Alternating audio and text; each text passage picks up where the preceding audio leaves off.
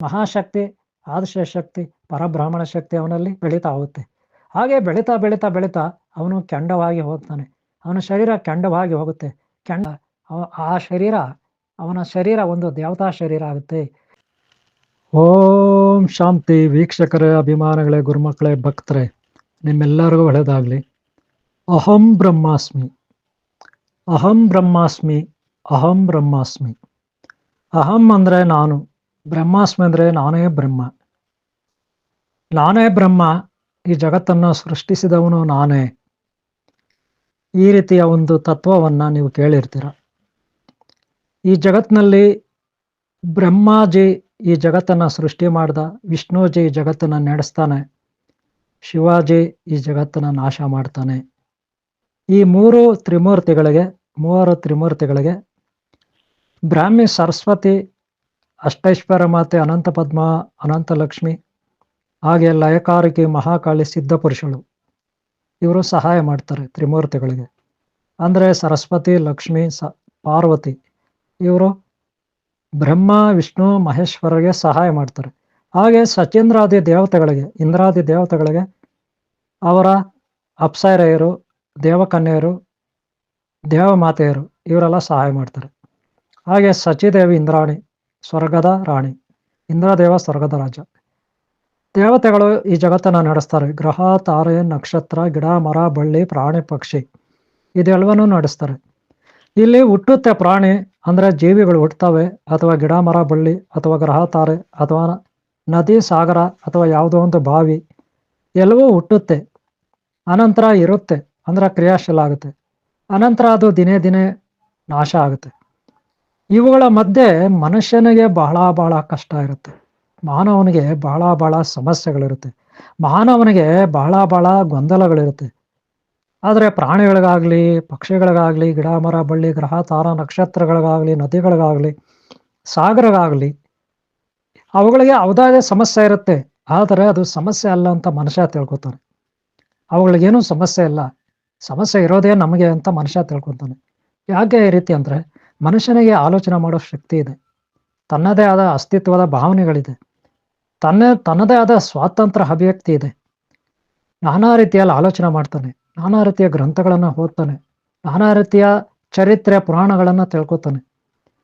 ಆಗ ಇವನಿಗೆ ಒಂದು ಅರ್ಥ ಆಗುತ್ತೆ, ನಾನು ಬುದ್ಧಿವಂತ ಪ್ರಾಣಿ ಜಗತ್ತಿನಲ್ಲಿ ಅಂತ. ಹಾಗೆ ಅವನು ಎಲ್ಲವನ್ನೂ ತಿಳ್ಕೊತಾ ಪೂಜೆಗಳ ಮಾಡೋದು ಕಲಿತಾನೆ. ಸಮಸ್ಯೆಗಳನ್ನು ಬಗೆಹರಿಸಿಕೊಳ್ಳಲಿಕ್ಕೆ, ಸಮಸ್ಯೆಗಳನ್ನು ಬಗೆಹರಿಸಿಕೊಳ್ಳಲಿಕ್ಕೆ ಅತೀಂದ್ರಿಯ ಶಕ್ತಿಗಳನ್ನು ಅವುಗಳ ಮೇಲೆ ನಂಬಿಕೆ ಇಟ್ಟು ಆರಾಧಿಸ್ತಾನೆ. ಅತೀಂದ್ರಿಯ ಶಕ್ತಿಗಳಲ್ಲಿ ಬೇರೆ ಇರುತ್ತೆ. ಕ್ಷುದ್ರ ಶಕ್ತಿಗಳಿರುತ್ತೆ, ಕೆಟ್ಟ ಶಕ್ತಿಗಳು. ಅದನ್ನು ಕ್ಷುದ್ರ ಮಾಂತ್ರಿಕರು ಅಲ್ಲಿ ಇಲ್ಲಿ ಆಚರಿಸ್ತಾರೆ, ಬಲಿ ಕೊಟ್ಟು, ಪ್ರಾಣಿ ಬಲಿ ಕೊಟ್ಟು.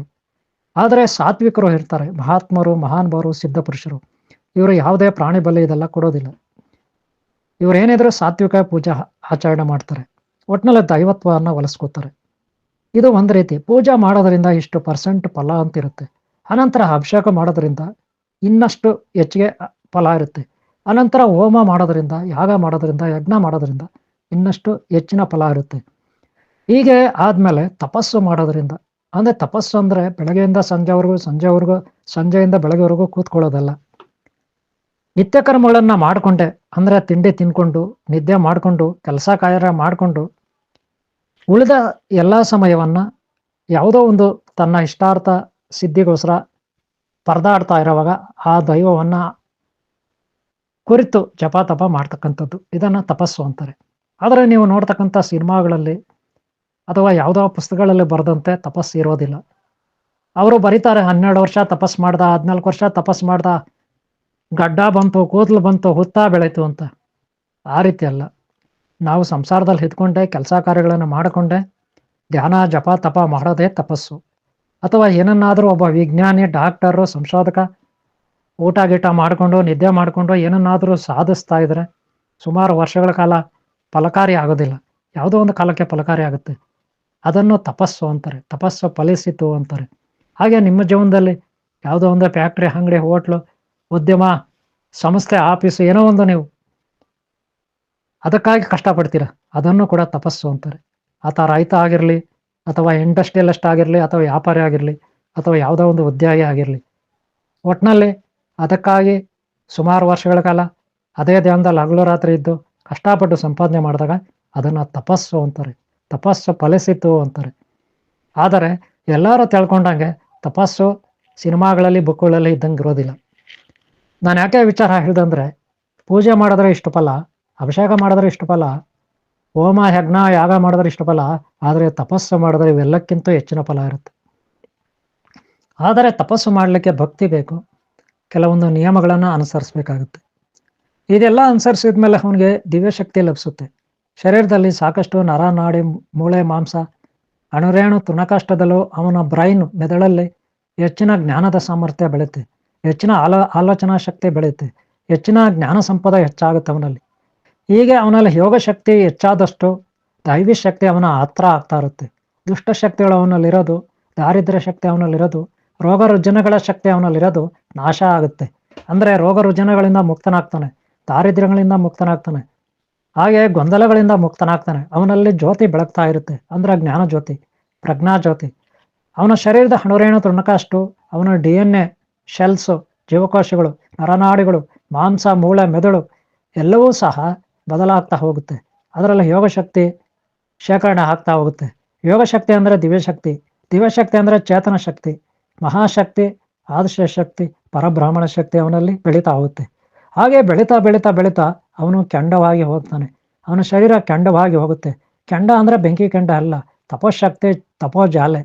ಅದು ಸೂರ್ಯ ಭಗವಾನ್ನಂತ ಎಷ್ಟೋ ನಕ್ಷತ್ರಾದಿಗಳಂತ ಎಷ್ಟೋ ಅಗ್ನಿಗಳನ್ನು ಸೃಷ್ಟಿ ಮಾಡಿದ ಮಹಾಶಕ್ತಿ ಅದು.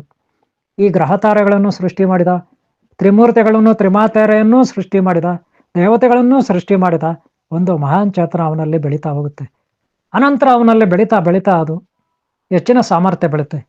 ಅವನು ಮನೆಯಲ್ಲೇ ಇರಲಿ, ಕಾಡಲ್ಲೇ ಇರಲಿ, ಯಾವುದೋ ಪಾಳ ಬಂಗ್ಲಲ್ಲಿ ಇರಲಿ, ಯಾವುದೇ ಮಠ ಮಂದಿರದಲ್ಲಿರಲಿ, ಯಾವುದೋ ಒಂದು ಕೆಲಸ ಮಾಡ್ಕೊಳ್ತಾ ನ್ಯಾಯ ನೀತಿ ಸತ್ಯ ಧರ್ಮವನ್ನು ಅನುಸರಿಸ್ಬೇಕು.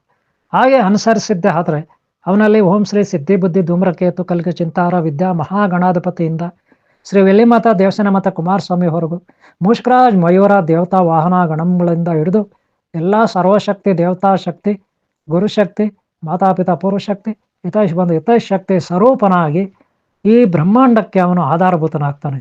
ಅಂದರೆ ಒಬ್ಬ ಸಾಮಾನ್ಯ ಮಾನವ, ಒಬ್ಬ ಸಾಮಾನ್ಯ ಮನುಷ್ಯ, ಒಂದು ಸಾಮಾನ್ಯ ಮಾನವ ಪ್ರಾಣಿ ಅವನು ಪ್ರಾರಂಭದಲ್ಲಿ. ಆದರೆ ಈಗ ಹಂಗಲ್ಲ, ಆ ಶರೀರ, ಅವನ ಶರೀರ ಒಂದು ದೇವತಾ ಶರೀರ ಆಗುತ್ತೆ. ಅದರಲ್ಲೂ ಅವನು ಸಪ್ತ ಚಕ್ರಗಳ ಸಾಧನೆ, ಕುಂಡಲಿನಿ ಯೋಗ ಸಾಧನೆ, ಅಂದರೆ ತನ್ನ ಕಾಲುಗಳ ಬಗ್ಗೆ, ಕರಳು, ದೊಡ್ಡ ಕರಳು, ಸಣ್ಣ ಕರಳು ಬಗ್ಗೆ, ಹಾಗೆ ಹೃದಯ, ಶ್ವಾಸಕೋಶ, ಹಾಗೆ ಕಿಡ್ನಿ, ಗರ್ಭಕೋಶ, ಹಾಗೆ ಮೆದುಳು, ಇವೆಲ್ಲವೂ ಬದಲಾವಣೆ ಆಗಿರುತ್ತೆ. ಸಪ್ತಚಕ್ರಗಳ ಸಾಧನೆ, ಕುಂಡಲಿನಿ ಯೋಗ ಸಾಧನೆಯಲ್ಲಿ ಇದೆಲ್ಲವನ್ನು ಹೇಳ್ಕೊಳ್ಳಾಗುತ್ತೆ. ಇದನ್ನು ವೇದಾಂತ ಪಂಚೀಕರಣ ಅಂತಾರೆ.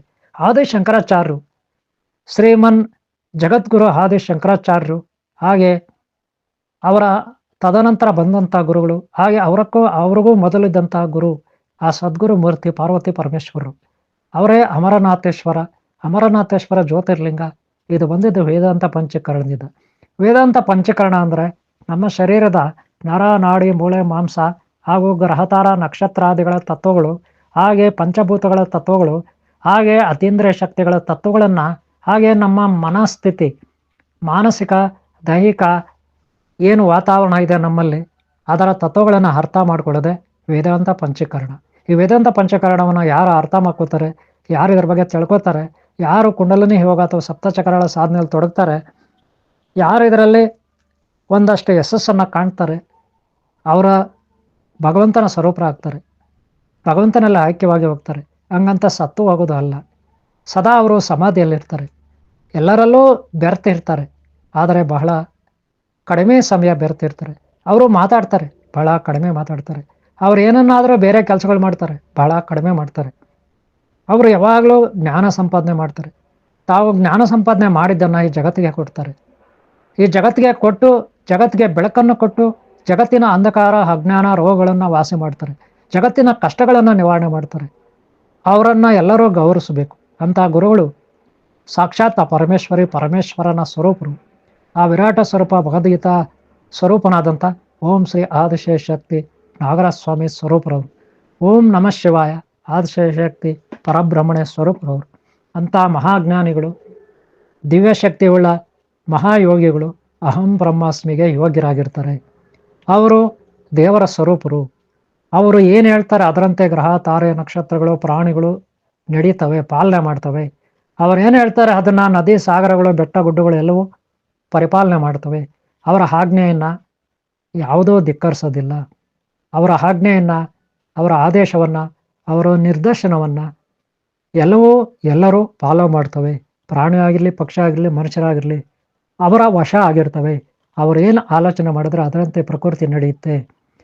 ಅವ್ರು ಏನನ್ನ ಚಿಂತೆ ಮಾಡ್ತಾರೆ, ಅವ್ರು ಏನು ಬೇಕಂತ ಬಯಸ್ತಾರೆ ಅದು ಅವ್ರಿಗೆ ಸಿಗುತ್ತೆ.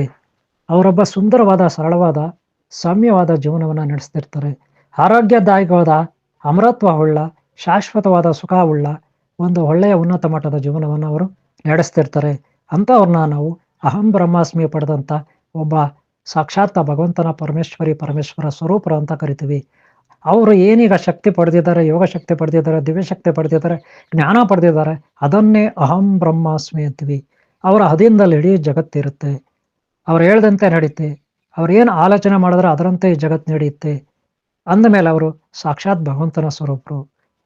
ಯಾರು ಈ ರೀತಿ ಭಗವಂತನ ಸ್ವರೂಪರಾಗ್ತಾರೆ ಇಷ್ಟೆಲ್ಲ ಸಾಧನೆ ಮಾಡಿ, ಅವ್ರನ್ನ ಅದನ್ನ ನಾವು ಅಹಂ ಬ್ರಹ್ಮಾಸ್ಮಿ, ಅಹಂ ಬ್ರಹ್ಮಾಸ್ಮಿ, ಅಹಂ ಬ್ರಹ್ಮಾಸ್ಮಿ ಅಂತ ಕರಿತೀವಿ. ಯಾಕಂದ್ರೆ ತ್ರಿಮೂರ್ತಿ ಶಕ್ತಿ ಅವರಲ್ಲಿದೆ, ದೇವತಾ ಶಕ್ತಿ ಅವರಲ್ಲಿದೆ, ಸಕಲ ಪ್ರಾಣಿ ಜಗತ್ತುಗಳ, ಜೀವ ಜಗತ್ತುಗಳ, ಗ್ರಹತಾರ ನಕ್ಷತ್ರಾದಿ ಗಿಡ ಮರ ಬಳ್ಳಿ ನದಿ ಸಾಗರಗಳ ಶಕ್ತಿ ಅವರಲ್ಲಿದೆ. ಅಂದಮೇಲೆ ಇಡೀ ಜಗತ್ತಿಗೆ ಅವರು ಆಧಾರಭೂತರಾಗಿರ್ತಾರೆ. ಸದಾ ಸಮಾಧಿಯಲ್ಲಿರ್ತಾರೆ, ಸದಾ ಜೀವನ್ಮುಕ್ತರಾಗಿರ್ತಾರೆ, ಸದಾ ಮೋಕ್ಷದಲ್ಲಿರ್ತಾರೆ. ಆದರೆ ಸರಳವಾಗಿ ತಿಂತಾರೆ, ಸರಳವಾಗಿ ಕುಡಿತಾರೆ, ಸರಳವಾದ ಜೀವನ ಮಾಡ್ತಾರೆ, ಸರಳವಾಗಿ ಮಾತಾಡ್ತಾರೆ, ಸುಂದರವಾದ ಜೀವನ ಮಾಡ್ತಾರೆ, ಶಾಶ್ವತವಾದ ಜೀವನ ಮಾಡ್ತಾರೆ. ಅವ್ರಿಗೆ ಮರಣ ಎಂಬುದೇ ಇಲ್ಲ, ಜನನ ಎಂಬುದೇ ಇಲ್ಲ. ಮರಣ ಜನನ ಮರಣಗಳ ಚಕ್ರದಿಂದ ಅವರು ಸಂಪೂರ್ಣವಾಗಿ ಬಿಡುಗಡೆ ಆಗಿರ್ತಾರೆ. ಈ ಸಂಸಾರ ಚಕ್ರದಿಂದ ಅವರು ಬಿಡುಗಡೆ ಆಗಿರ್ತಾರೆ. ಅಂಥವರು ನಿರ್ಲಿಪ್ತ ಸಚ್ಚಿದಾನಂದ ಚಿನ್ಮಯ ಚಿದಾನಂದ ಸ್ವರೂಪರಾಗಿರ್ತಾರೆ, ಮಹಾಜ್ಞಾನಗಳಾಗಿರ್ತಾರೆ, ದಿವ್ಯ ಜ್ಯೋತಿ ಆಗಿರ್ತಾರೆ. ಇದು ಅಹಂ ಬ್ರಹ್ಮಾಸ್ಮಿ, ಅಹಂ ಬ್ರಹ್ಮಾಸ್ಮಿ, ಅಹಂ ಬ್ರಹ್ಮಾಸ್ಮಿ ಅಂತ ಇದನ್ನ ಕರೀತಾರೆ. ಅವರೇ ಬ್ರಹ್ಮ, ಅವರೇ ಪರಬ್ರಹ್ಮ. ಇದೇ ಅಹಂ ಬ್ರಹ್ಮಾಸ್ಮಿ. ವೀಕ್ಷಕರೇ, ಗುರುಮಕ್ಕಳೇ, ಭಕ್ತರೇ, ಅಭಿಮಾನಿಗಳೇ, ಶ್ರೀ ಶಂಕರಾಚಾರ್ಯರು, ಆದಿ ಶಂಕರಾಚಾರ್ಯರು, ಸದ್ಗುರುಮೂರ್ತಿ ಶಿವನ ಸ್ವರೂಪರು, ಅವರು ಕೊಟ್ಟಂಥ ಮಹಾಜ್ಞಾನ ಇದು. ಇದು ಪಾರ್ವತಿಗೆ ಆ ಪರಮೇಶ್ವರನು ಅಮರನಾಥ ಜ್ಯೋತಿರ್ಲಿಂಗ ಇದೆಯಲ್ಲ, ಅಲ್ಲಿ ಹೇಗೆ ಜ್ಯೋತಿರ್ಲಿಂಗ ಪ್ರಕಟ ಆಯಿತು ಅನ್ನೋದಕ್ಕೆ ಸಪ್ರೇಟ್ ಇದೆ, ಕಥೆ ಇರುತ್ತೆ. ಸಾಧ್ಯವಾದರೆ ಮುಂದೆ ನಾನು ಅಮರನಾಥ ಜ್ಯೋತಿರ್ಲಿಂಗದ ಬಗ್ಗೆ ತಿಳಿಸ್ತೀನಿ. ಆಗ ಪಾರ್ವತಿಗೆ ಆ ಭಗವಂತ ಕೊಟ್ಟಂಥ ಜ್ಞಾನ ಇದು ಅಹಂ ಬ್ರಹ್ಮಾಸ್ಮಿ. ಇಷ್ಟನ್ನು ನಾನು ನಿಮ್ಗೆ ತಿಳಿಸಿದ್ದೀನಿ. ಇದೊಂದು ಉನ್ನತ ಮಟ್ಟದ ಜ್ಞಾನ. ಇದನ್ನು ಗುರುಗಳಿಂದ ಪಡ್ಕೊಳ್ಳಿ. ಇದು ಬ್ರಹ್ಮಜ್ಞಾನ. ಈ ರೀತಿ ನೀವು ಜ್ಞಾನಿಗಳಾದರೆ ನಿಮ್ಮನ್ನು ಮೀರಿಸೋರು ಜಗತ್ತಿನಲ್ಲಿ ಯಾರು ಇರೋದಿಲ್ಲ. ನೀವೇ ಬ್ರಹ್ಮ ಶಕ್ತಿ, ನೀವೇ ವಿಷ್ಣು ಶಕ್ತಿ, ನೀವೇ ಶಿವಶಕ್ತಿ. ವಿಘ್ನೇಶ್ವರ ದೇವನಿಂದ ಕುಮಾರಸ್ವಾಮಿವರೆಗೂ ಎಲ್ಲ ಶಕ್ತಿ ನೀವೇ ಆಗಿರ್ತೀರಿ. ಇದೇನೇ ಅಹಂ ಬ್ರಹ್ಮಾಸ್ಮಿ ಅಂತಾರೆ. ಓಕೆ ವೀಕ್ಷಕರೇ, ಗುರುಮಕ್ಕಳ, ಅಭಿಮಾನಿಗಳ, ಭಕ್ತರೆ, ಇಲ್ಲಿಗೆ ವಿಡಿಯೋ ಮುಗಿಸ್ತಾ ಇದ್ದೀನಿ. ಈ ವಿಡಿಯೋ ಇಷ್ಟ ಆದರೆ ಒಂದು ಲೈಕ್ ಮಾಡಿ, ಹಾಗೆ ಸಬ್ಸ್ಕ್ರೈಬ್ ಅಲ್ಲಿಂದ ಹಾಕ್ಕೊಳ್ಳಿ. ಹಾಗೆ ಹಿಂದಿನ ಭಾಗ ನೋಡಿ, ಮುಂದಿನ ಭಾಗ ನೋಡಿ. ನಿಮ್ಮೆಲ್ಲರೂ ಒಳ್ಳೆಯದಾಗಲಿ. ಸದಾ ನಿಮಗೆ ಆ ದೈವ ಕೃಪೆ ಇರಲಿ ಅಂತ ಬಯಸ್ತಾ, ಓಂ ಶಾಂತಿ, ಓಂ ಶಾಂತಿ, ಓಂ ಶಾಂತಿ.